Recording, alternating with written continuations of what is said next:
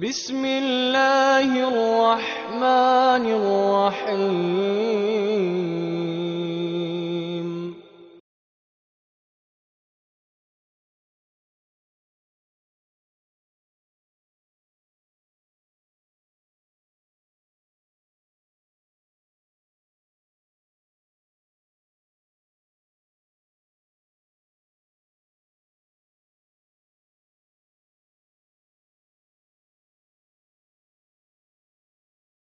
إن الحمد لله نحمده ونستعينه من يهده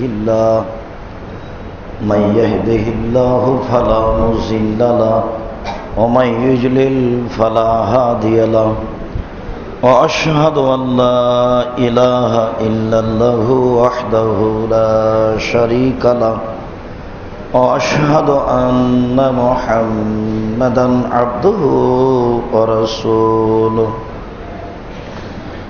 أما بعد فإن خير الحديث كتاب الله وخير الهدى هدى محمد صلى الله عليه وسلم وشر الأمور محدثاتها وكل محدثة بدعة وكل بدعة ضلالة وكل ضلالة في النار.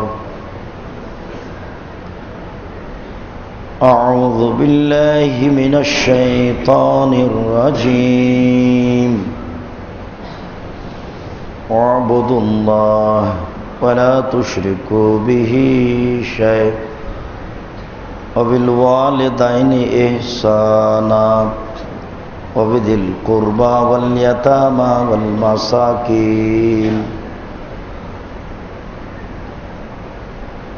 عن أبي هريرة رضي الله تعالى عنه قال قال رسول الله صلى الله عليه وسلم لا يدخل الجنة من لا يأمن جاره بوائقه.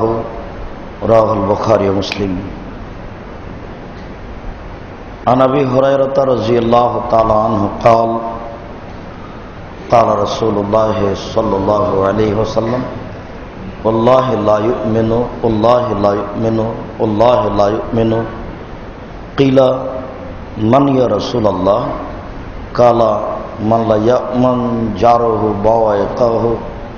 رواه البخاري ومسلم. عن عائشة رضي الله تعالى عنها قالت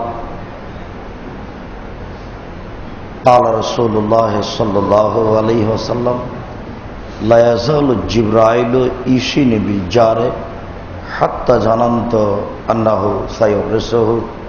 رواه البخاري ومسلم. সম্মানিত মসজিদের মুসল্লি, প্রশংসা আল্লাহর জন্য, শান্তি অবতীর্ণ হোক আল্লাহর রাসূলের উপর সাল্লাল্লাহু আলাইহি ওয়াসাল্লাম। আজ জুমার খুতবায় সংক্ষিপ্ত সময়ে এতিম ও প্রতিবেশীর হক, এতিম ও প্রতিবেশী সম্পর্কে এক গুরুত্বপূর্ণ সংক্ষিপ্ত তথ্যবহুল বিবরণের চেষ্টা করব ইনশাআল্লাহুল আজিজ। যাদের বিষয়ে আল্লাহ তাআলা খুব বেশি বেশি আলোচনা রেখেছেন, যাদের ব্যাপারে রাসূল সাল্লাল্লাহু আলাইহি সাল্লাম মানুষকে খুব বেশি সতর্ক করেছেন, তারা হচ্ছে এতিম, তারা হচ্ছে প্রতিবেশী।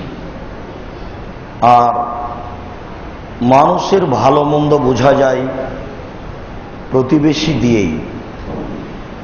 প্রতিবেশী দিয়ে যেমন সমস্যা হয়, প্রতিবেশী দিয়ে তেমন উপকার হয়। হঠাৎ একটা দুর্ঘটনা ঘটল, রাতে রাতে কোথায় হাসপাতালে মেডিকেলে যেতে হবে, এরকম পর্যায়ে প্রতিবেশীরাই সহযোগিতা করে থাকে। আবার প্রতিবেশী ভালো না হলে প্রতিবেশীর সাথে এত দ্বন্দ্ব বেশি হয়ে যায় যে মনে হয় শত্রু হিসাবে আমার প্রতিবেশী সবচেয়ে খারাপ। এই লোকের কাছে কিভাবে বাঁচা যায়, এরকম একটা পরিবেশ মানুষের চলে আসে। মানুষ তো মানুষ, মানুষ তো আর ফেরেশতা নয়।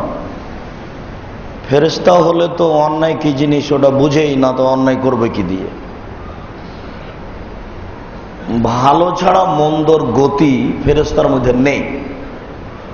খায় না, পান করে না, জমি জায়গা চাষ করে না, হাট বাজার নাই, কিছুই নাই, ছেলে নাই, মেয়ে নাই, বিবাহ নাই, শাদী নাই, কিছুই না। সৃষ্টি হয়েছে দিন রাত আল্লাহর ইবাদত করবে। এই জন্য মানুষ যদি আল্লাহর ইবাদত না করে তাহলে আল্লাহর কিছু আসে যায় তা নয়।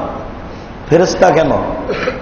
উনি বলছেন যে সারা পৃথিবীর আকাশ জমিনের কোনো কিছুই যদি আমাকে না ডাকে তবু আমি হামিদ, আমি প্রশংসনীয়, আমি আল্লাহ আমার ইচ্ছা মতো এগুলো করেছি, আমি দেখি কে কি করে। ফাআলুল লিমা ইউরিদ, যা ইচ্ছা তাই করেন। আর এই পৃথিবীর অবস্থা মানুষদের পৃথিবী আবাদ করেন। আবু সাইদ খুদরি রাদিয়াল্লাহু তাআলা আনহু বলেন, রাসূল সাল্লাল্লাহু আলাইহি সাল্লাম বলেছেন, আদ-দুনিয়া খাজরাতুন হুলওয়া, পৃথিবী হচ্ছে মিঠা বস্তু, সবুজ মিঠা বস্তু। এটা মানুষ ন্যায় অন্যায় ভাবে ভোগ করবে, এ কথাই ঠিক। যেটা ভালো লাগে সেখানে মানুষ যাবে, মানুষের বিবেক যাবে। তো পৃথিবী হচ্ছে ভালো লাগা জিনিস, এটা নগদ। কবে জান্নাত হবে সেটা কখন, সেটা বহু দূরে। বাড়ি ঘর জমি জায়গা অর্থ সম্পদ নারী ছেলে মেয়ে সব নগদ পৃথিবীতে। যেটা নগদ সেটাই তো মানুষ চায়। তা আল্লাহর নবীও বলছেন যে পৃথিবী হচ্ছে নগদ মিঠা বস্তু। আল্লাহু মুস্তাখলিফুকুম ফিহা, আর আল্লাহ তোমাদেরকে এইটার মালিক করে দিয়েছে, পৃথিবী ভোগ করার জন্য সুযোগ দিয়ে দিয়েছেন। ওয়ায়ানজুরু মা তা'মালুনা ফিহা, এখন আল্লাহ দেখছেন যে তোমরা কি করো। এটা আল্লাহ দেখছেন যে তোমরা পৃথিবীর মালিক হয়ে উপস্থিত ভোগ করতে গিয়ে কি করো। এই কথার সাথে দুইটা কথা যোগ করে দিয়েছেন। একটা হলো হ্যাঁ এটা নগদ বস্তু বটে, তবে ফাত্তাকু দুনিয়া, দুনিয়া থেকে সাবধান থাকো। এই সাবধান থাকা বিষয়টি দুই ভাবে। একটা হচ্ছে পৃথিবীকে অন্যায়ভাবে ভোগ করো না, অর্থ সম্পদ জমি জায়গা। আর আরেকটা হচ্ছে পাপ করার ব্যাপারে পৃথিবীকে ভয় করো। মানে পৃথিবী যে তোমার অজান্তে কত বড় রেকর্ডিং বস্তু, তা মানুষ হিসাবে আমি মুহাম্মদ সাল্লাল্লাহু আলাইহি সাল্লাম জাতিকে তেমন বুঝিয়েছেন এইটা নয়, খালি বলেছেন সাবধান থাকো, পৃথিবী একদিন তোমাদের বিরুদ্ধে কথা বলবে, সেই দিন তোমাদের কি হবে। তার মানে পৃথিবী যে আপনার পাপকে ধরে রাখার রেকর্ডিং কত বড় বস্তু সেটা আমরা বুঝাতে অক্ষম। এখনো মানুষ ওরকম মোবাইল ফাংশন তৈরি করতে পারেনি যেটা যুগ যুগ ধরে রাখবে মানুষের কথাকে। এই পৃথিবী এত বড় উন্নত মানের রেকর্ডিং বস্তু যে আদম থেকে নিয়ে কিয়ামত পর্যন্ত কোন মানুষের কোন কথা কোন কর্ম এই জমিন ফেল করবে না। এই জমিন একটা রেকর্ডিং বস্তু আপনার কথা ও কর্ম ধরে রাখার জন্য। যেদিন আপনার সামনে এটা চালু করে দেওয়া হবে, টিপ দিয়ে আপনার সামনে চালু করে দেওয়া হবে, তখন এই জমি ফটফট ফটফট ফটফট করে কথা বলবে আপনার সামনে। তাহলে এটা কত বড় আপনার জন্য বিপজ্জনক বস্তু সেটা আপনি বুঝতে পারছেন। এখনই আপনি মোবাইলে কারোর সাথে কথা বলার ব্যাপারে, কোনো নারীর সাথে কথা বলার ব্যাপারে সাবধান থাকছেন। যারা বোকা তারা তো বুঝে না, সে ভাবছে মনে মনে কথা আমার রেকর্ডিং করে রাখছে নাকি, একটু পরে যে কি হয় ধরেই রাখছে নাকি। তো এইটা তো মানুষের তৈরি করা। আদম থেকে নিয়ে কিয়ামত পর্যন্ত যত মানুষ এসেছে, যত মানুষ আছে, যত মানুষ আসবে, পৃথিবীর সমস্ত মানুষের কথা ও কর্মকে রেকর্ডিং করে রাখছে পৃথিবী। এটা কত বড় একটা আশ্চর্য রেকর্ডিং বস্তু, মানুষ হিসেবে আমরা জাতিকে বুঝাতে অক্ষম। তবে শুধু তিনি সতর্ককারী বলেছেন, তোমরা পৃথিবী থেকে সাবধান থেকো। আল্লাহ তাআলা বলেছেন, ইয়াউমাইজিন তুহাদ্দিসু আখবারাহা, পৃথিবীর উপরে যা কিছু ঘটছে একদিন পৃথিবী তোমাদেরকে কিন্তু সব বলে দেবে, একথা আল্লাহ বলেছেন। ইয়াউমাইযিন তুহাদ্দিসু আখবারাহা, সূরা জিলজালে আছে। ইয়াউমাইযিন তুহাদ্দিসু আখবারাহা, পৃথিবীতে যা কিছু ঘটছে সব পৃথিবী বলে দিবে। তাই রাসূল সাল্লাল্লাহু আলাইহি সাল্লাম ওই হাদিসের যে হাদিসে বললেন যে পৃথিবী মিঠা বস্তু, তোমরা তার মালিক, আল্লাহ দেখছেন তোমরা কি করো, এইটুকু বলার পরে আল্লাহর নবী বললেন ফাত্তাকুদ দুনিয়া, তোমরা দুনিয়া থেকে সাবধান থেকো। দুনিয়া তোমার কত বড় বিপক্ষের বস্তু তা এখন বুঝতে পারছো না। যেদিন দুনিয়া তোমার বিপক্ষে কথা বলবে সেদিন তুমি কোনো পথ ঘাট পাবো না বাঁচার মতো। অতএব পৃথিবী থেকে সাবধান থাকো। পরের বাক্যে বললেন ওয়াত্তাকুন নিসা, আর নারীদের থেকেও সাবধান থাকিও। দুটাই পাশাপাশি। তবে পৃথিবী বেশি ভয়াবহ, নারী তার পাশে, আর না হলে দুটাই সমান। এটা একটা বলার গতি।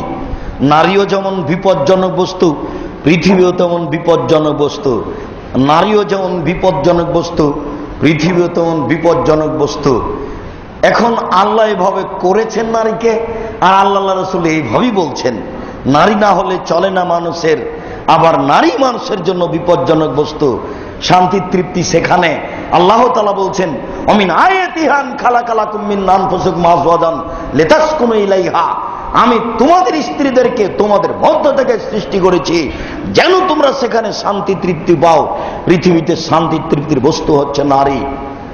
10 তলা বিল্ডিং দিয়ে স্বর্ণ দিয়ে বানায় হলো অত শান্তি হয় না। নারীর কাছে যে শান্তি আছে, ঘর বাড়ি পরিষ্কার পরিচ্ছন্নতা নারী দিয়ে যা হয় তা অন্য কাউকে দিয়ে হয় না। সুখ শান্তি ভোগ বিলাসী সব উন্নত মানের ব্যবস্থা নারীর কাছে রয়েছে। এই কথা আল্লাহ তাআলা বলেন।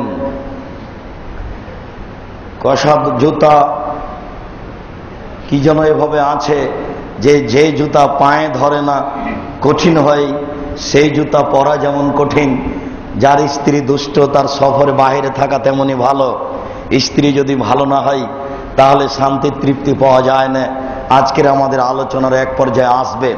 তাহলে স্ত্রী অবশ্যই একটা ভালো বস্তু, যেটা আল্লাহ তাআলা বলছেন। আবার আল্লাহ রাসূল বলছেন যে নারী থেকে সাবধান থাকো। এরা যে কত বড় বিপজ্জনক বস্তু, এই কথাটা বলতে গিয়ে আল্লাহ রাসূল বলছেন ইয়াকুম দুখুল আলা নিসায়ে, নারীদের নিকটে যাওয়া থেকে বেঁচে থাকো, গেলে তোমার ধ্বংস আসবেই। ইয়াকুমুল মুগিবাত, যে নারীর স্বামী নেই ওই বাড়িতে যায় না, গেলে তোমার মান অপমান ধ্বংস হবেই, তুমি নিজেকে রক্ষা করতে পারবে না জাতির সামনে। তিনি বলেন মা তারাক্তুবাদি ফিতনাতান আযারাল রিজালি মিনান নিসায়ে, আমার জীবনে ছাড়িনি কোনো বস্তু যেটা পুরুষের চেয়ে, যেটা নারীর চেয়ে বিপজ্জনক হতে পারে পুরুষের জন্য। আমার জীবনে আমি ছাড়িনি কোনো বস্তু যেটা পুরুষের জন্য বেশি বিপজ্জনক হতে পারে নারীদের চেয়ে। আমার জীবনে ছাড়িনি কোনো বস্তু যেটা পুরুষের জন্য বেশি বিপজ্জনক হতে পারে নারীদের চেয়ে। তিনি বলেছেন লা ইয়াকুনু রাজুলুন বিইমরাতিন ইল্লা কানা সালাস সময় শয়তান, তোমরা কোনো নারীর সাথে নির্জনে একত্রিত হও না, হলেই তৃতীয় জন হবে শয়তান। তোমরা সাবধান, নির্জনে কোনো নারীর সাথে একত্রিত হও না, হলেই তৃতীয় জন হবে শয়তান। তিনি বলছেন ইন্নাল মারাতা তুকবিলু ফি সূরাতি শয়তান ওয়া তুদবিরু ফি সূরাতি শয়তান, নিশ্চয় নারী শয়তানের বেশ ধরে আসে, শয়তানের বেশ ধরে যায়। নিশ্চয় নারী শয়তানের বেশ ধরে আসে, শয়তানের বেশ ধরে যায়। তিনি বলেন ইন্নান নিসা হাবাইলু শয়তান, নিশ্চয় নারী শয়তানের জাল, নিশ্চয় নারী শয়তানের জাল। আল্লাহ তাআলা বলেন শয়তানের ষড়যন্ত্র দুর্বল, নারীর ষড়যন্ত্র সবল। শয়তানের ষড়যন্ত্র দুর্বল, নারীর ষড়যন্ত্র সবল। আল্লাহ তাআলা বলেন শয়তানের ষড়যন্ত্র দুর্বল, নারীর ষড়যন্ত্র সবল। আল্লাহর রাসূল সাল্লাল্লাহু আলাইহি ওয়াসাল্লাম বলেন ও নারী জাতি, তোমরা এমন জাতি যে বুদ্ধিমানের বুদ্ধিকে নষ্ট করতে পারো। ও নারী জাতি, তোমরা এমন জাতি যে বুদ্ধিমানের বুদ্ধিকে নষ্ট করতে পারো। ও নারী জাতি, তোমরা এমন জাতি যে বুদ্ধিমানের বুদ্ধিকে নষ্ট করতে পারো। গুলিস্তানে উঠতেই একটা গাড়িতে একটা মেয়ে বসে আছে, পাশে একটা সিট ফাঁকা আছে। আমি উঠে পাশে দাঁড়াতেই মেয়েটা হাসি মুখে বলল, ভাইয়া বসেন, এখন আর নিজেকে ধরে রাখতে পারবেন না। তোমার নাম কি, তোমার বাপের নাম কি, তুমি কি করো, এক ভাইয়াতে সব দখল, খালি হাসি মুখে। একটা ভিন্ন ধরনের জাতি, একটা আশ্চর্য অবাক জাতি, যেইটা রাস্তাঘাটে চললে মানুষের ইমান আমান কেমনে থাকে। তারাই যদি রাস্তাঘাটে থাকে, এই জন্যই তো আপনাকে এইভাবে আমি বারবার বলি, সব পরিকল্পনা ইহুদিদের, টাকা দেয় খ্রিস্টান, মাঠকর্মী মুসলমান। মোবাইলে কণ্ঠটা নারীর কেন? টিভি খুললেই দেখা যাচ্ছে যে পাউডার বিক্রি করছে নারী ল্যাংটা হয়ে, পুরুষ দিয়ে হয় না। রাস্তাঘাটে দেখা যাচ্ছে যে কোকাকোলা, ঠান্ডা, মেরিন্ডা, পেপসি বিক্রি করছে নগ্ন পতিতালয়ের নারী ল্যাংটা হয়ে, কেন? পুরুষ দিয়ে চলে না। এই ছেলেটা পড়ে এসেছে লন্ডন থেকে, বড় ডাক্তার, ঢাকা মেডিকেলের ডাক্তার, তার চেম্বারে একটা সচেতন সুন্দর হুঁশিয়ার ছেলে থাকবে, সেখানে কেন তার সহযোগী সুন্দরী নারী? পৃথিবীর কোন অফিস আদালত পুরুষের পাশে নারী না হলে চলে না কেন? পরিকল্পনা করে ইহুদি, টাকা দেয় খ্রিস্টান, মাঠকর্মী মুসলমান। পরিকল্পনা করে ইহুদি, টাকা দেয় খ্রিস্টান, মাঠকর্মী মুসলমান। ইহুদি খ্রিস্টান জানে আমরা মোহাম্মদকে মানি না, আমাদের জাহান্নাম হবেই, এ কথা নিশ্চিত। ইহুদি খ্রিস্টান এবং শয়তান, ইহুদি খ্রিস্টান, এই তিন শ্রেণীর জাতির জীবন বাজি লেগে আছে, জীবন বাজি লেগে আছে। মুসলমানকে যে কোনো মূল্যে জাহান্নামে নিয়ে যাবে, যেতেই হবে। তারা একাই জাহান্নামে যাবে না, এটা জীবন বাজি রেখে লেগে আছে শয়তান, ইহুদি খ্রিস্টান। আর ঠগানোর পথ হলো দুটি, একটি নারী আর একটি হলো পুরুষ। হাজারো লক্ষ না পুরুষ বসে আছে বাংলাদেশে, গার্মেন্টস চলে নারী দিয়ে। আশ্চর্য ব্যাপার, পুরুষ নেই। পুরুষ তো আছে, তাকে বেকার করলেই জেনা বেড়ে যাবে। সব জায়গাতেই নারীকে নিয়ে গেলে জেনা বেড়ে যাবে। আমরা সফল হব, বলবো সফল হয়েছে। ইহুদি বলবে সফল হয়েছে, খ্রিস্টান বলবে সফল হয়েছে। এ কারণেই রাসূল সাল্লাল্লাহু আলাইহি ওয়াসাল্লাম এই কঠিন ভাবে বলেছেন। সেই বাক্যটি নিয়ে এতগুলি কথা চলে আসলো। আল্লাহর নবী বাক্যের শেষ দিকে বললেন, হাদিসের শেষ দিকে বললেন, পৃথিবী থেকে সাবধান থাকো, পৃথিবী অতীব জটিল কঠিন, তোমার বিপক্ষের বস্তু। তোমার সব কর্মকে রেকর্ডিং করে রেখেছে, আর এত উন্নত মানের রেকর্ডিং বস্তু মানুষ তৈরি করতে পারবে না। রেকর্ডিং করে রাখা বস্তু মানুষ তৈরি করতে পারবে না। যা কিছু করছেন সব পৃথিবী ধরে রাখছে, আর এত উন্নত মানের বস্তু, এই রেকর্ডিং বস্তু পৃথিবী, যার 19-20 হবে না। যেভাবে বলছেন ও করছেন সব ধরে রাখছে। এই জন্য তিনি পৃথিবী থেকে বাঁচতে বললেন, আর নারী থেকে বাঁচতে বললেন। সম্মানিত মসজিদের মুসল্লি, দ্বীনি মুসলিম বোন, আপনারা আবার মনে করিয়েন না যে আব্দুর রাজ্জাক সাহেব এত কঠিন ভাবে আমাদেরকে বললেন, আমরা কি এত কঠিন কথা শোনার জন্য মসজিদে এসেছি? দুঃখিত, আমি অনুবাদক, আমি নিজে এই কথা বলিনি। তবে আপনাকে আমি এভাবে বলবো কেন? আপনাকে তো আমি খাদিজার মতো মনে করি, আমি আপনাকে আয়েশার মতো মনে করি। আপনাকে এই কথা বলবো কেন? আবু হুরায়রা রাদিয়াল্লাহু তাআলা আনহু বলেন, যা জিবরাইল ইলান নবী সাল্লাল্লাহু আলাইহি সাল্লাম, জিবরাইল আল্লাহর নবীর কাছে আসলেন, এসে বলছেন, হাযিহি খাদিজা আল্লাতী আতাত ইলাইকা, ওই যে খাদিজা আপনার নিকটে আসছে। মাহা এনাউন, তার হাতে একটা পাত্র রয়েছে, ফিহে এদাউন ওতম, সেই পাত্রে খাদ্য আছে আর তরকারি আছে, আপনার জন্য নিয়ে আসছেন খাদিজা। আসলে আপনি তাকে বলবেন, খাদিজা ইয়াকরাউল্লাহু তাআলা সালামা, আপনি বলবেন যে খাদিজা তোমাকে আল্লাহ সালাম দিয়েছে, অমিন্নি, আর আমার পক্ষ থেকে বলবেন খাদিজা তোমাকে জিবরাইল সালাম দিয়েছে। অবাসের ফিল জান্নাহ, তারপরে তাকে একটা অবাসের বিল জান্নাহ, তার একটা জান্নাতের সুসংবাদ দিবেন, যেখানে কোনো হইচই নেই, যেখানে কোনো অশান্তি, অতৃপ্তি বলে কোনো জিনিস নেই, সেটা হীরা মুক্তা মাণিক্য দ্বারা তৈরি। বুখারী মুসলিম। তো খাদিজাও তো মানুষ, ওও তো মহিলা। আল্লাহ রাসূল এইভাবেই বলেছেন, তো ওইভাবে বলেছেন। এইভাবে বলেছেন তো ওইভাবে বলেছেন, তা আপনাকে তো খাদিজার মতো মনে করি, আপনাকে এইভাবে তীব্র নিন্দা করব বলে কেন? আল্লাহ রাসূল বলেছেন নারী শয়তানের বেশ ধরে আসে, শয়তানের বেশ ধরে যায়। তাহলে কি এই কথা আল্লাহ রাসূল খাদিজাকে বলেছেন? তাহলে এই কথা আল্লাহ রাসূল আয়েশাকে বলেছেন? আয়েশা রাদিয়াল্লাহু তাআলা আনহা বলেন, আমার ঘরে কবর হলো আমার স্বামী মুহাম্মদ সাল্লাল্লাহু আলাইহি সাল্লাম। তা আমার ঘরে আমি ঢুকি স্বাভাবিকভাবেই, এখানে আমার স্বামীর কবর। কয়দিন পরে আমার বাপের কবর হলো, তখন আমি স্বাভাবিকভাবে যাই, এটা আমার স্বামীর কবর, এটা আমার বাপের কবর। কয়দিন পরে কবর হলো ওখানে উমর রাদিয়াল্লাহু তাআলা আনহুর, তখন আর আমি কবরের পাশে স্বাভাবিকভাবে যাই না, নিজেকে গুটিয়ে নিয়ে যাই। আমার লজ্জা হয়, এখানে একটা বেগানা পুরুষের কবর আছে, আমার শরম হয়, এখানে একজন অন্য পুরুষের কবর আছে। আয়েশা কবরকে লজ্জা করেন, আর আপনি খোলা মাঠে ঢাকা শহরে ঘুরে আর আপনি বলছেন আব্দুর রাজ্জাক সাহেব আমাকে গালি দিল, নিন্দা করলো, আপনাকে আরো কিছু বলা দরকার। এ তো আমি অনুবাদ করে বলছি, আপনাকে আরো কিছু বেশি করে বলা দরকার। আপনার শরম বলে কোনো জিনিসই নাই, আপনার হায়া বলে কোনো জিনিসই নাই। আপনাকে আমি বলিনি আপনি গেলেন কেন বাজারে? আপনার বাপ কি মরেছে? আপনার স্বামী কি মারা গেছে? আপনার বড় ছেলে কি মারা গেছে? আপনি কে বলতে চাচ্ছেন? আমরা কটু কথা বললাম মানে এই কথা আপনি ভাববেন কেন? কেন ভাববেন? 24 ঘন্টার মধ্যে নীতি পরিবর্তন করুন।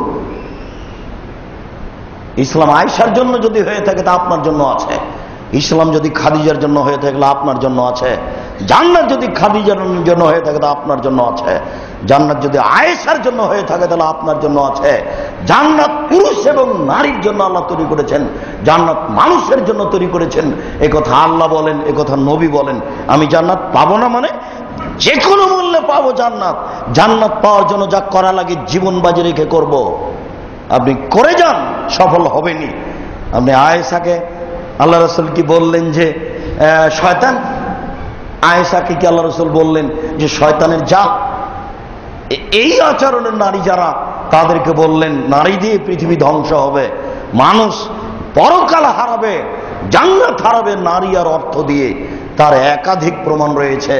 সম্মানিত মসজিদের মুসল্লি, আমরা বলছিলাম ওয়াবুদুল্লাহ ওয়ালা তুশরিকু বিহি শাইআ ওয়া বিল ওয়ালিদাইনি ইহসানা। পৃথিবীর মানুষ, তোমরা আল্লাহর ইবাদত করো, আল্লাহর সাথে শরীক করো না কাউকে, এটা আল্লাহ তাআলার দাবি। পৃথিবীর মানুষ, তোমরা এক আল্লাহর ইবাদত করো, তার সাথে বিন্দুমাত্র শরীক করো না। এরপরে আল্লাহ তাআলার আদেশ ওয়া বিল ওয়ালিদাইনি ইহসানা, পিতামাতার সাথে ভালো আচরণ করো। আল্লাহর ইবাদত করার পরে পৃথিবীতে যারা সবচেয়ে সম্মানের হকদার তারা হচ্ছেন পিতামাতা। আল্লাহ তাআলা পিতামাতার মান সম্মান বাড়াতে বাড়াতে বাড়াতে বাড়াতে নিজের কাছে নিয়ে চলে গেছে।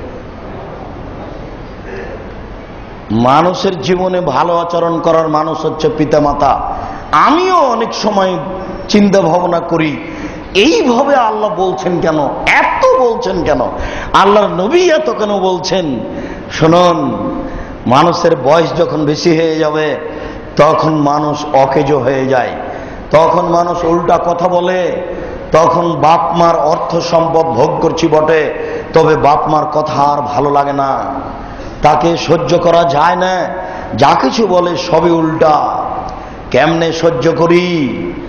বাপের তৈরি করা বিল্ডিং এ বসবাস করি বটে, কিন্তু তার কথা শুনলে খুব ভারী লাগে, যা বলে সবই উল্টা। বিকেলে এসে দেখছি মা বিছানে পেশাব করে রেখেছে ঘরে, দুর্গন্ধে টিকা যায় না। আমি বললাম আমার স্ত্রীকে, কি ব্যাপার, তুমি আমার মায়ের বিছানাটা ঠিক করে দাও নিজে?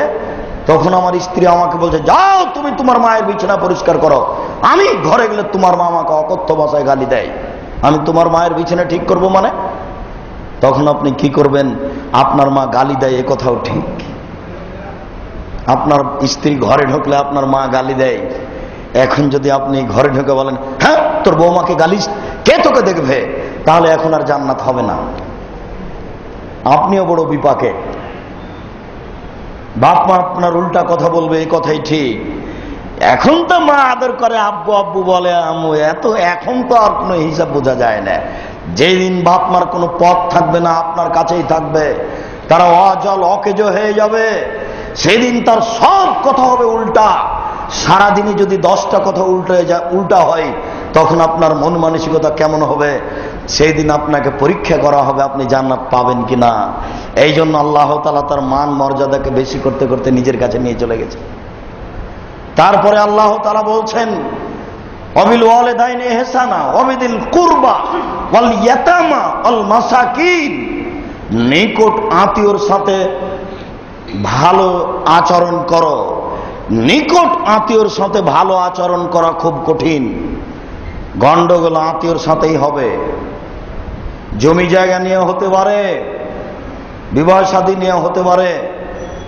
বাপ মাকে ভালোবাসে মেনে চলা যেমন কঠিন, নিজের আত্মীয়র সাথে ভদ্রতা বজায় রাখা তেমনি কঠিন। এই জন্য এটা এখানে এসেছে। তারপরে আল্লাহ তাআলা বলেন, ওয়াল ইয়াতামা, এতিমের সাথে ভালো আচরণ করো। আমাদের দেশে এতিমের লালন পালন বিষয়টি ওইরকম নয়। সেই কালে আরবের ভূখণ্ডে যা ছিল, আল্লাহ তাআলা বলছেন এতিমের সাথে ভালো আচরণ করো। ওয়াবিল ওয়ালিদাইনি ইহসানা ওয়াবিদিল কুরবা ওয়াল ইয়াতামা ওয়াল মাসাকিন, মিসকিনদের সাথে ভালো আচরণ করো। মিসকিন যাদের সংসার চলে না, চাইতেও পারে না, এখানে ফকির মিসকিন দুটাই ধরে নিতে হবে। মিসকিন যাদের সংসার চলে না, চাইতেও পারে না, ঠিক দুপুরে যখন খেতে বসেছেন তখনই ওই গরিব মানুষটা যে মাঝে মধ্যে কাজ করতে আসে, মিসকিন, সংসার চলে না, অসহায় মানুষ, ঠিক ওই সময় চলে এসেছে 10টা টাকার জন্য। যখন খেতে বসেছেন তখনই, আর আপনি একবারে খেপে গেলেন, হ্যাঁ বোকা, সময় পাস না, এই সময় এসেছিস, যা একটু পরে আয়, সময় বুঝে না। এটা একটা আচরণ। আর একটু বলবেন, আব্বু আহমদ তুই আসছিস রে, আয় আয়, গরিব মানুষ আয়, তুই আমার সাথে একটু খেয়ে নেয়। আব্বু ওকে ডাকো, গরিব মানুষ এসেছে আব্বু, দুপুরে আমার সাথে খেয়ে নেয়, কিনে নেওয়ার জন্য এসেছিস, 20টা টাকা, আচ্ছা ঠিক আছে যা নিয়ে যা।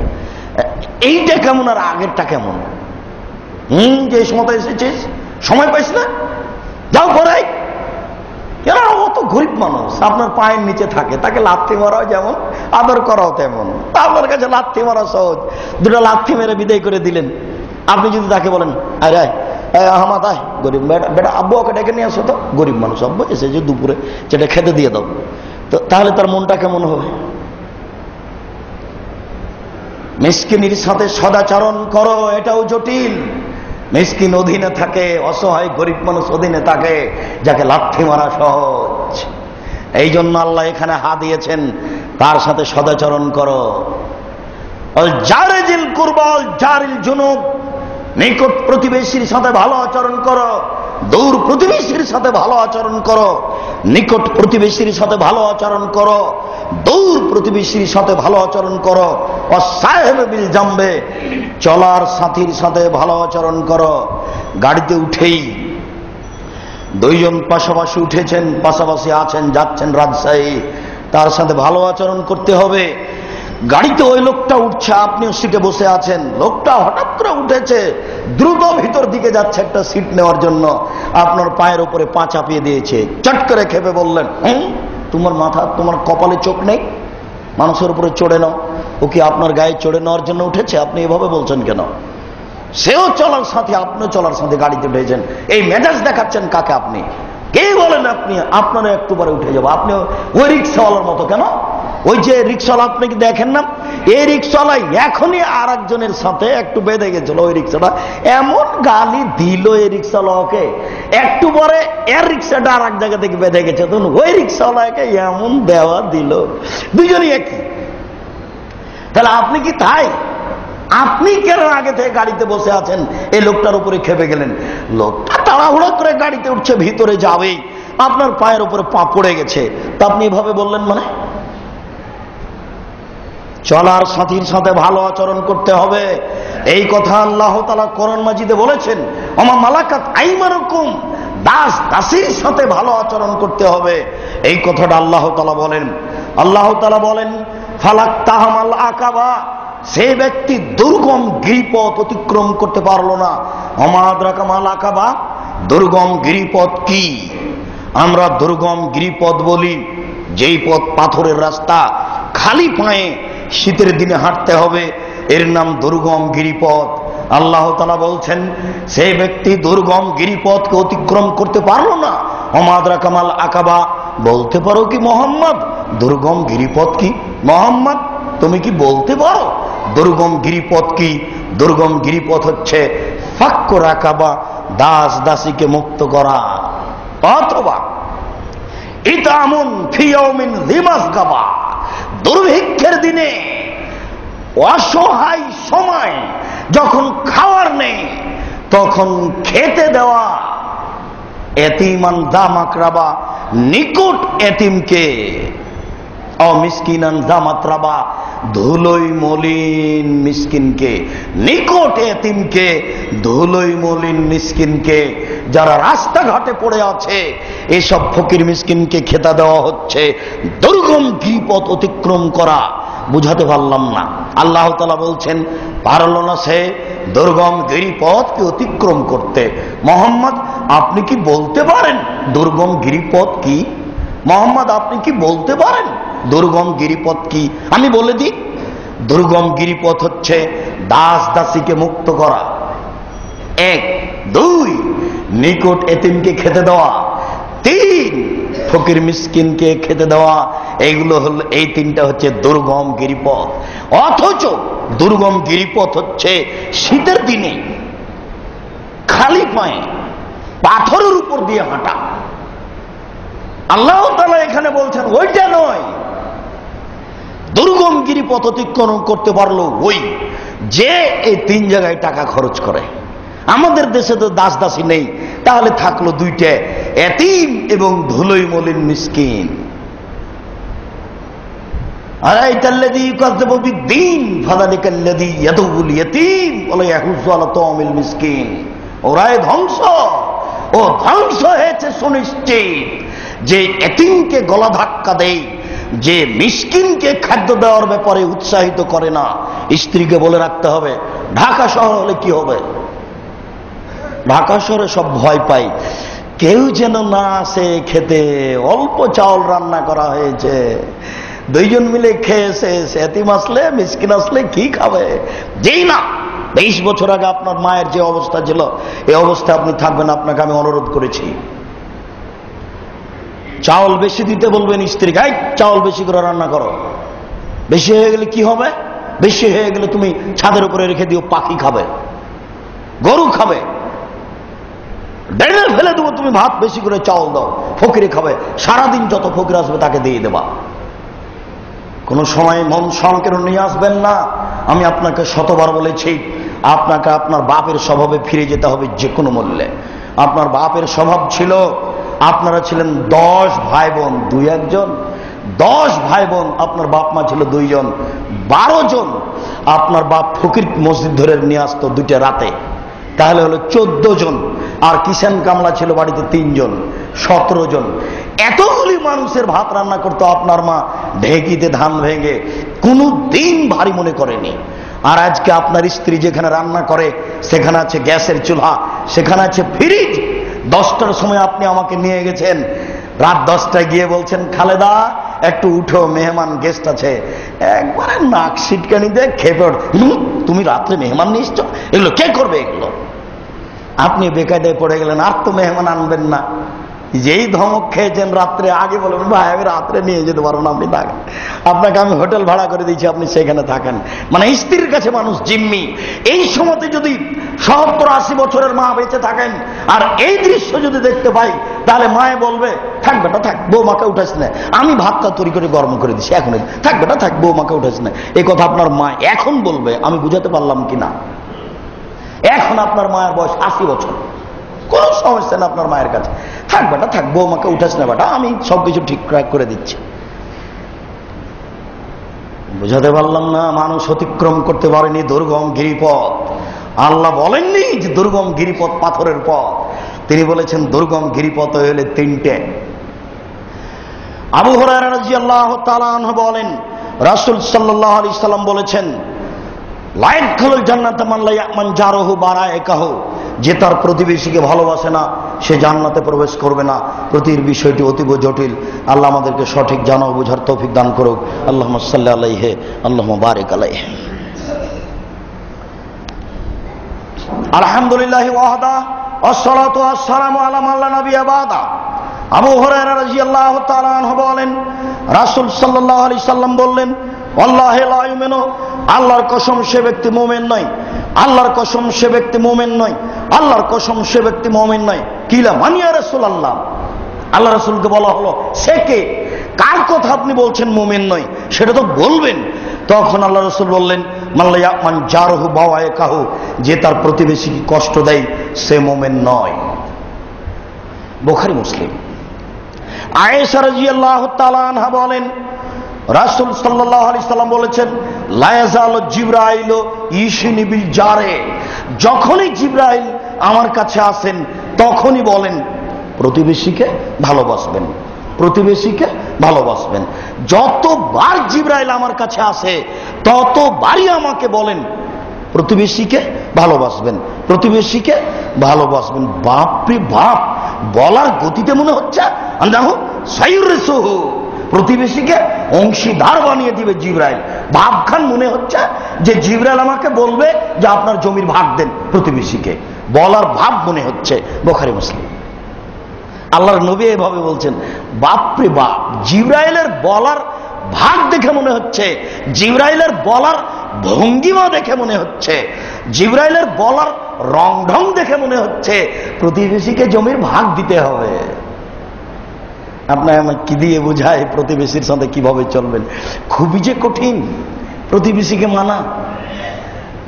ওর আপনার ছেলেটা বুঝতে পারেনি, প্লেটে ভাত খাওয়ার পরে প্লেটের পানিটা এদিকে চালিয়ে দিয়েছে, আর আপনার দেওয়ালে গিয়ে লেগে গেছে। আপনার এই যে লেগে গেল, হ্যাঁ, প্রতিবেশী ভালো নয়, কোথা থেকে এসেছে, উড়ে পড়ে এসেছে, পল্লীর মানুষ বুঝে না, সব দেওয়ালকে কি করলো, এই সে না।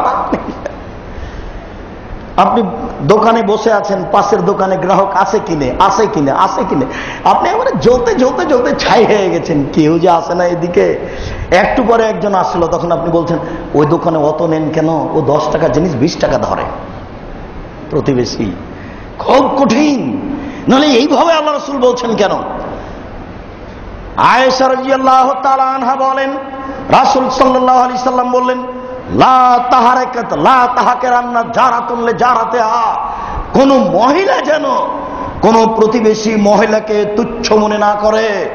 ওয়ালাউ কানা ফিরসিনা সাতিন, একটু ছাগলের খুর হলেও দিতে হবে। পরস্পরের দেওয়া অভ্যাস থাকা ভালো। আবু জার গিফারি রাদিয়াল্লাহু তাআলা আনহু বলেন, রাসূল সাল্লাল্লাহু আলাইহি ওয়াসাল্লাম বললেন, এজা তাবাখতা মারাকাতান ফাকসির মাহা তাহজিরানাকা। আবু জার, যখন তুমি তরকারি রান্না করবে, যখন তোমার স্ত্রী তরকারি রান্না করবে, তখন যেন তরকারিতে ঝোল বেশি করে, ঝোল দিয়ে প্রতিবেশীকে মূল্যায়ন করবে। এখন তো ঝোল বেশি হয় এমন তরকারি যদি প্রতিবেশীকে দেন তো ড্রেনে ফেলে দিবে। ঢং নাই, এখানে দিতে এসে যা, ও ফেলে দাও। কেউ তো শরীয়ত বুঝে না। আপনার স্ত্রী মাস্টার ডিগ্রি পাস হলে কি হবে, ও তো প্রতিবেশীর একদিন পড়েনি, ও খাই পায়খানা করে দিন কাটাই। আল রাজ্জাক হোটেলে গিয়ে সবাই মিলে খায়, টাকা আছে খাবে, আরে বাদ দাও আজকে রান্না করা, চলো হোটেলে খাই। ও তো আর বুঝে না শরীয়ত কি জিনিস, খায় পায়খানা করে দিন কাটায়। প্রতিবেশী কি জিনিস জানে না। এগুলো তো হাদিস বুখারী মুসলিমের, এগুলো কি করবেন? এগুলো ছাই করবেন কেন? আপনার স্ত্রী বলবে প্রতিবেশীর সব রান্না করতে জানে না, তরকারি বেশি করে এখানে দিতে এসেছে, ফেলে দাও ড্রেনে। তরকারি যদি না খাওয়া যায় আপনার স্ত্রী কোচকে বলতে পাবে না, চুপ করে রেখে দিয়ে ফেলে দিবে সে নিজের খেয়ালে। হাতে হাতে তাকে পাল্টা কিছু দিয়ে পাঠাতে হবে, নাহলে পরের দিন দিয়ে পাঠাতে হবে। আপনি বিত্তশালী মানুষ, ও দিয়ে পাঠিয়েছে পানি বেশি সহ তরকারি, আপনি রাখেন না, ফেলে দেন, মুখ বন্ধ রাখবেন। পরের দিন আপনি প্রতিবেশীকে দিয়ে পাঠান, আপনার বিত্তশালী মানুষ আপনি, আপনার স্ত্রী ভালো বুদ্ধিমতী, ভালো রান্না করতে পারে, আপনি দেন না। আপনার স্ত্রী নাক ছিটকানি দিয়েছে মানে ও বর্ণ, ও বর্বর, অসভ্য, ঘৃণিত নারী। ও প্রতিবেশী বুঝে না, ও ধর্মকর্ম বুঝে না, এমনিতে খায় আপনাকে ধ্বংস করে। আপনি বুঝতে পারছেন না স্ত্রী কিভাবে ধ্বংস করে। আল্লাহ নবী বলেছেন আসম ফি সালাসা, ধ্বংস তিনটে জিনিসে, তার এক নম্বরে হচ্ছে ফিল মারা, স্ত্রীর মধ্যে ধ্বংস। নেন এবার আপনার স্ত্রী কি করে? প্রতিবেশীর তরকারিতে ঝোল বেশি হয়েছে, নাক সিটকানি দিল কেন? কেন দিবে সে? এইটুকু তার মানবতা নেই, এইটুকু তার হিতাহিত জ্ঞান নেই যে পল্লীর মানুষ, গরিব মানুষ রান্না বান্না বুঝে না, একটু প্রতিবেশীকে দিতে হয় তা দিয়েছে। কেন বলবে ঝোল বেশি করে তরকারি দিতে এসেছে? ফেলে এভাবে বলবো কেন? কেন বলবো? ভালো লাগে না রেখে দেখ, পরের দিন দিয়ে পাঠাবে আপনার স্ত্রী, বাধ্য। এটাই নীতি। এই কথাই রাসূল সাল্লাল্লাহু আলাইহি সাল্লাম বললেন। আয়েশা রাদিয়াল্লাহু তাআলা আনহা বলছেন, আল্লাহর নবী, আমার যদি প্রতিবেশী 2 জন হয়, আমি যদি দিতে চাই কিছু, কিভাবে দিব? একদিনই তো অত দিতে পারবো না। তখন আল্লাহ রাসূল বলছেন, এলা আকরাবেকে বাবান, যার দরজা সবচেয়ে কাছে তাকে আগে দিবা। যার দরজা তোমার বাড়ির কাছে, তাহলে দেওয়াটা শুরু হবে। একদিনই তো মানুষ সবাইকে সব দিতে পারবে না, দাওয়া তো খাওয়াতে পারবে না, এটা হয় না। তাহলে নিকট থেকে শুরু হোক, দেওয়াটা শুরু হবে আপনার ঘরের দরজা থেকে, যার দরজা সবচেয়ে কাছে। সে ভালো হোক আর মন্দ হোক, চোরা হোক চোরটা হোক, কোনোদিন রাগ দিয়ে কোনো কাজ নেবেন না। প্রতিবেশীর সাথে আপনার রাগ হবে, এই কথাই ঠিক। এই জন্য তো এতগুলো, আপনি বুঝতে পারছেন না, এই জন্য তো এতগুলো। প্রতিবেশী যে গরিব মানুষ, নিচে তলায় থাকে, একেবারেই গরিব, ও ভ্যান চালিয়ে খায়। আমি বললাম, এই সন্ধ্যার সময় ভ্যানটা আনিও তো, ও আনেন।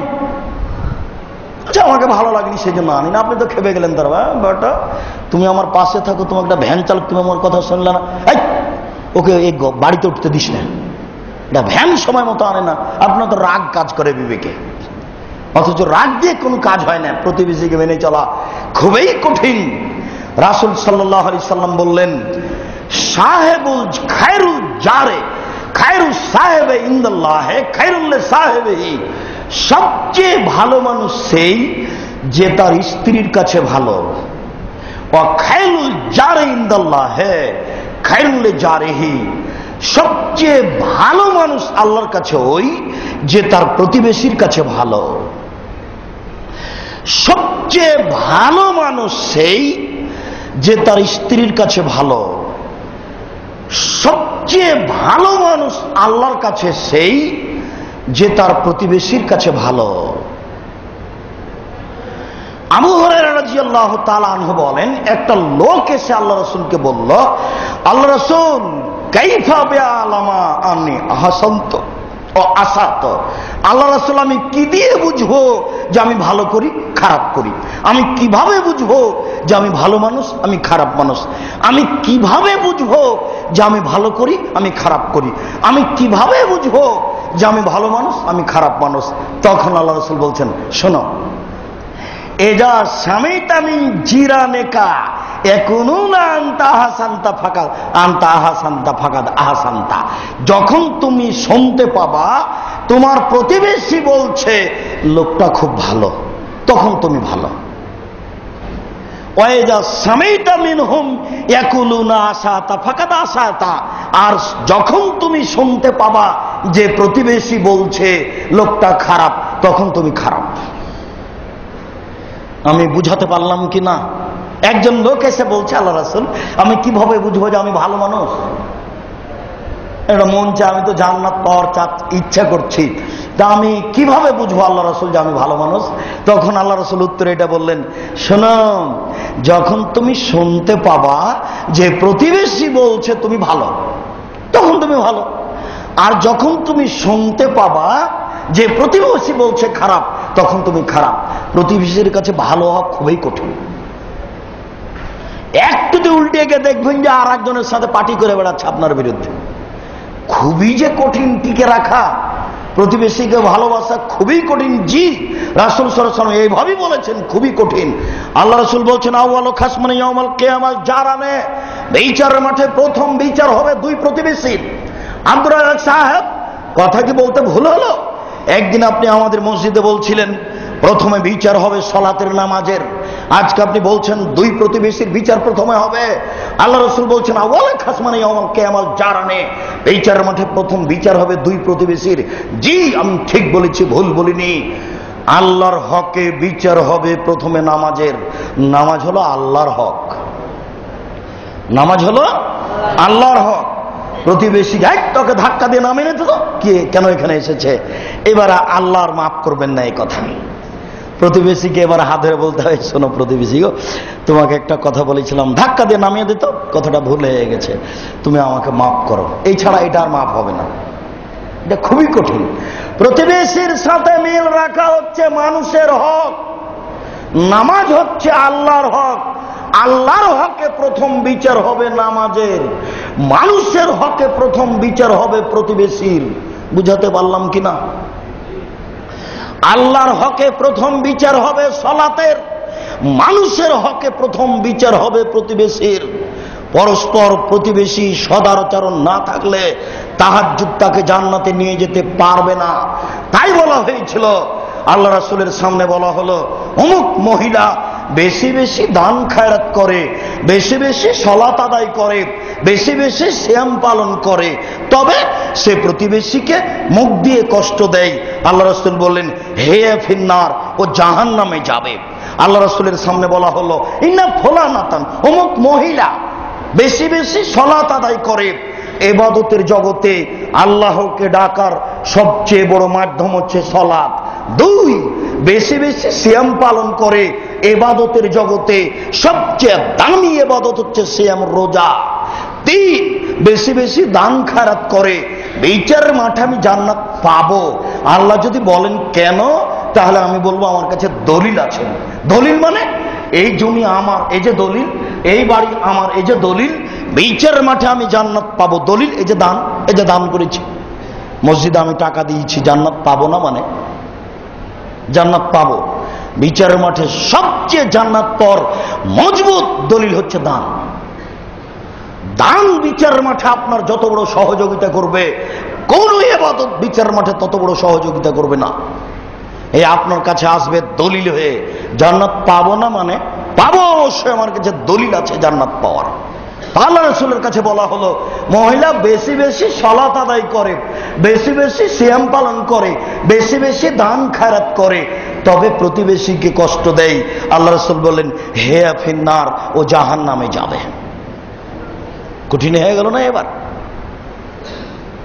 আবু হুরায়রা রাদিয়াল্লাহু তাআলা আনহু বলেন, রাসূল সাল্লাল্লাহু আলাইহি সাল্লাম বলেছেন, লাইসাল মুমিনু বিল্লাযী ইয়াসবাউ জারহু জায়কুন। ওই কথাটা কিন্তু জারহু জায়ুন, ওই কথাটা কিন্তু ঠিক, যেটা আপনারা আগে থেকেই শুনেছেন, যে প্রতিবেশী না খেয়ে থাকে আর যে তৃপ্তি সহকারে খায় ও মুমিন নয়। এটা আগেকার কথা, যে এটা ঠিক আছে? আল্লাহ রাসূল বলছেন, লাইসাল মুমিনু বিল্লাযী ইয়াসবাউ, ওই ব্যক্তি মুমিন নয় যে তৃপ্তি সহকারে খায়, ওই ব্যক্তি মুমিন নয় যে ব্যক্তি তৃপ্তি সহকারে খায়। ওয়া জারহু যায়, তার প্রতিবেশী ক্ষুধার্ত আছে। প্রতিবেশীকে রোজ দেওয়া না গেলেও কিছু পরামর্শ তো দিবেন। এই যা 20 টাকা নিয়ে যা, 10 টাকা চাউল কিনে খা, কাজ করে খা, বসে আছিস কেন? যা মানুষের বাড়িতে কাজ কর, বসে থাক, খাই। মুখে তো কিছু বলবেন, কিছু পথ তো দিবেন, 2-1 সঙ্গে তো খাবার দিবেন, তাহলে আপনি প্রতিবেশীকে মূল্যায়ন করেন। প্রতিবেশীকে মূল্যায়ন করা ছাড়া মানুষ মুমিন হয় না। প্রতিবেশীকে মূল্যায়ন করা ছাড়া মানুষ মুমিন হয় না। রাসূল সাল্লাল্লাহু আলাইহি সাল্লাম বললেন, আর মাউন্দি সাদা, 4টা জিনিস আছে যার, সুখময় জীবন তার। 4টা জিনিস আছে যার, সুখময় জীবন তার। 4টা জিনিস আছে যার, সুখময় জীবন তার। 1, আলমারাতু সালেহা, ভালো স্ত্রী। এটা না হলে কোনো কাজই চলে না। সালাম দিয়ে ভিতরে ঢুকলেন, ঢোকার পরে দেখছেন যে ওইদিকে চলে গেল, মুখ ভারী করে ওইদিকে চলে গেল। আমি বললাম, এই খালাদা এদিকে শোনো, আর বলতে আছে আসে না, আসে না, মুখ ভারী করে আছে। কি যেন চেয়েছিল, শাড়ি নাকি দেওয়া হয়নি, সেই জন্য মুখ ভারী করে আছে। এখন খুব কঠিন। বউ ভালো না হলে শান্তি পাওয়া যায় না। সুখময় জীবন ওর, 4টা জিনিস আছে যার, সুখময় জীবন তার, 4টা জিনিস আছে যার। 1, একজন ভালো বউ, ভালো স্ত্রী, এটা হচ্ছে সুখময় জীবনের জন্য 1 নম্বর। 2, ওয়াল জারুস সালেহ, ভালো প্রতিবেশী। খালি একটু হইচই শুনেছে, তাড়াতাড়ি এসে দরজা ধাক্কা মারছে, কি হয়েছে ভাই, কি হয়েছে ভাই, কি হয়েছে, ঘটনা কি? আরে ছেলে অসুস্থ, কি ডাক্তার দিকে আনবো নাকি, ডাক্তার দিকে আনবো নাকি, কি? এই নাম প্রতিবেশী। একবারে মনে হচ্ছে যে আমি আমার ছেলেকে যত তাড়াতাড়ি করে মেডিকেলে নিয়ে যেতে চাচ্ছি, প্রতিবেশী তার 100 গুণ বেশি চাচ্ছে। এর নাম প্রতিবেশী। আমি মনে হয় বুঝাতে পারছি না। ভালো প্রতিবেশী আপনাকে, ভালো প্রতিবেশী সুবিধা অসুবিধা সবসময় কি ওই ডাক্তারটা কেন কোথায় কোথায় কোথায় যাবো, ও আগেই চলে গেছে কখন, মা মরার সাথে সাথে কোথায় কে খবর দিচ্ছে প্রতিবেশী, বলছে যে সব খবর দেওয়া হয়ে গেছে। এর নাম প্রতিবেশী। আল্লাহ রাসূল বলছেন সুখময় জীবন আর প্রতিবেশী ভালো যার, সুখময় জীবন তার প্রতিবেশী ভালো যার, সুখময় জীবন তার প্রতিবেশী ভালো যার। 3 আল বাইতুল ওয়াসে প্রশস্ত ঘর। আপনারা পুরাতন ঢাকার মানুষ, ছোট ছোট ঘর হবে না, এগুলো ভেঙে দিতে হবে, হোক টাকা খরচ। মেহমান রুমটা করতে হবে বিশাল, 15 জন 20 জন মানুষ এসে বসবে, খাবে, থাকবে, যাবে, কোনো চিন্তা করবেন না। ফকির মিসকিন খাবে, আত্মীয় স্বজন খাবে। এই ছেলে তোমাকে বলে দিচ্ছি তুমি সাবধান থাকো, আজ থেকে তোমার মাকে বলে দিও আম্মা চিন্তা করবেন না, বোনের স্বামীরা, বোনেরা, ভাগনা ভাগ্নিরা সব আমার কাছে খাবে। তুমি এই কথা চালু করে দাও বাড়িতে, 6 মাসের মধ্যে তোমার টাকা বেশি হবেই হবে। মেহমানকে ভালোবাসতে শিখো, মেহমানকে ভালোবাসানো অর্থ সম্পদে বরকত হবেই। ফকির মিসকিনকে খেতে দিতে শিখেন, বাপের স্বভাবে ফিরে যান, মায়ের স্বভাবে আপনার স্ত্রীকে ফিরিয়ে নিয়ে যান, সংসারে শান্তি আসবেই, অর্থ সম্পদ বেশি হবেই। সুখময় জীবন তার, প্রশস্ত ঘর যার, সুখময় জীবন তার, প্রশস্ত ঘর যার। ছোট্ট একটা ঘর করেছেন, সোফা ধরে তো চৌকি ধরে না, চৌকি ধরে তো সোফা ধরে না, মেহমান বসতে পায় না, কি করে হবে? নতুন ভাবে ভেঙে করতে হবে, বিশাল রুম করতে হবে, অন্তত 20 জন মানুষ ধরে যেন। দিন প্রতিদিন মানুষ আসবে, ফকির মিসকিন খাবে, থাকবে। বউকে বলে দেবেন এই প্রয়োজনে 5 বার রান্না করবি, চিন্তা করবি না, খানা আল্লাহ উপর থেকে দিবে। আমি নিজে মানুষের রুজি ঠিক করিনি, আল্লাহ ঠিক করে রেখেছে। আমার বাড়িতে মানুষ মেহমান খাবে, এইটাই ঠিক। তবে বউ অনুকূলে না হলে এগুলো পারা যায় না। একদিক নাকশিটিক নিয়ে ধমক দিয়ে উল্টা ফিরলে মেহমানকে বলবেন ভাই আমি নিয়ে যেতে পারছি, চলো হোটেলে, তোমাকে এখন হোটেলে খাওয়াই। বউকে নিজের আয়ত্তে আনেন, মায়ের স্বভাবে নিয়ে যান। যদি না নিয়ে যেতে পারেন তাকে তালাক দিতে হবে, এই কথাই ঠিক। প্রতিবেশীকে, মেহমানকে যে কোনো মূল্যে ভালোবাসতে হবে। 4টে জিনিস আছে যার সুখময় জীবন তার। 4 আল মারকাবুল হানি, একটা ভালো গাড়ি। কৃষক মানুষ গরুটা গাড়িতে জুড়তেই শুয়ে গেছে, এটা ভালো নয়। আপনার একটা সাইকেল, গরিব মানুষ সাইকেলে উঠতেই চেন পড়ে গেছে, এটা ভালো নয়। আপনার 2 কোটি টাকা দামের গাড়ি, উঠতেই ওই আপনার মহাখালী যায়নি, চাকা নষ্ট, মনটাই খারাপ, ভালো লাগবে না। আল্লাহ রাসূল বলছেন সুখময় জীবন তার 4টে জিনিস আছে যার। 1 ভালো স্ত্রী, 2 ভালো প্রতিবেশী, 3 প্রশস্ত ঘর, 4 ভালো বাহন। ভালো বাহন আপনি যাতে চলেন, এটা ভালো, তাহলে আপনার সুখ। আল্লাহ রাসূল বললেন, শেষ কথা, আল্লাহ রাসূল বললেন একটা লোকের অভিযোগে আন্না রাজুলান শাকাইলান নবী সাল্লাল্লাহু আলাইহি সাল্লাম কাসওয়াতা কলবি, একটা লোক এসে বলছে আল্লাহ রাসূল আমার অন্তরটা এতই শক্ত, গরিব মানুষের উপরে একটু নরম হয় না। ফকির এসে পাশে দাঁড়ালে খালি ঘিরাম না, এরকম মনে হয়। আমার অন্তরটা এতই শক্ত আল্লাহ রাসূল, কারোর প্রতি একটু মনটা নরম হয় না, কি করবো আল্লাহ রাসূল বলেন তো? তখন আল্লাহ রাসূল বললেন ইনসারা আসাল ইয়াতিম, এতিমের মাথায় হাত দাও, এতিমের মাথায় হাত দাও, অতিমিল মিসকিনা, এতিমকে খেতে দাও, মিসকিনকে খেতে দাও, অন্তর নরম হয়ে যাবে। ওই যে এতিমের মাথায় হাত দিতে হয় আগে থেকে জানেন, মা চাচির মুখে শুনেছেন, ওটা হাদিস। আল্লাহ রাসূল বললেন এতিমের মাথায় হাত দাও আর মিসকিনকে খেতে দাও, মন নরম হয়ে যাবে। আমি তো অনুবাদক, আমি তো কিছু করতে পারি না, এইভাবে আল্লাহ রাসূল বললেন, আপনাকে ওইভাবেই শোনালাম। মানুষের শক্ত মন হবে এ কথা লোকটা বলছে, এই যে কারোর প্রতি একটু দয়া করার মন হয় না। পকেটে টাকা আছে, ফকির এসেছে, মনটা সব আশ্চর্য। আচ্ছা 2 টাকা 5 টাকা দিলে কমে যাবে না, এইরকম কেন হচ্ছে? এইরকম লোক রাসূলের যুগেও ছিল। তখন আল্লাহ রাসূল 2টা পয়েন্ট দিলেন, তারপরে বললেন পৃথিবীর মানুষ শুনে রাখো, আনা ওয়াকাফুল ইয়াতীম ফিল জান্নাতে হাকাজা, আমি আর যারা এতিমকে লালন পালন করবে সে আর আমি জান্নাতে এইভাবে থাকবো। 2টি আঙ্গুলকে পাশাপাশি করলেন, তবে ভিতরে একটু ফাঁকা রাখলেন। এই পৃথিবীর মানুষ শুনে রাখো, এতিমকে যে লালন পালন করবে সে আর আমি জান্নাতে এইভাবে থাকবো, মানে ও আমার সাথে থাকবে, তবে একটু ফাঁকা রাখলেন। তারপরে বললেন কেউ যদি দুইটা মেয়েকে লালন পালন করে বিবাহ শাদী দিয়ে দেয়, দুইটা বেটি মেয়েকে লালন পালন করে বিবাহ শাদী দিয়ে দেয়, আমি আর সে ব্যক্তি জান্নাতে থাকবো। তখন আঙ্গুল দুটি জমা করে দিলেন। মানে এতিমের চেয়ে মেয়ে লালন পালন করা বেশি নেকির কাজ। বুঝাতে পারলাম না মনে হয়? এতিমকে যে লালন পালন করবে সে আর আমি জান্নাতে একসাথে থাকবো, দুইটা আঙ্গুলের মধ্যে একটু ফাঁকা। বুঝাতে পেরেছি কি? দুইটা বেটিকে লালন পালন করবে বিবাহ শাদী দিয়ে দিবে, ওই ব্যক্তি আর আমি জান্নাতে একসাথে থাকবো। জমা লাগিয়ে দিয়েছে, দুটো জমা করে দিয়েছেন। সব বুখারী মুসলিম। সম্মানিত মসজিদের মুসল্লি, আমরা আজকের সংক্ষিপ্ত আলোচনা পেশ করছিলাম এতিম ও প্রতিবেশীর হক। এতিম ও প্রতিবেশী সম্পর্কে, এতিম এবং প্রতিবেশী সম্পর্কে রাসূল সাল্লাল্লাহু আলাইহি সাল্লাম অনেক বলেছেন, আল্লাহ তাআলা অনেক বলেছেন।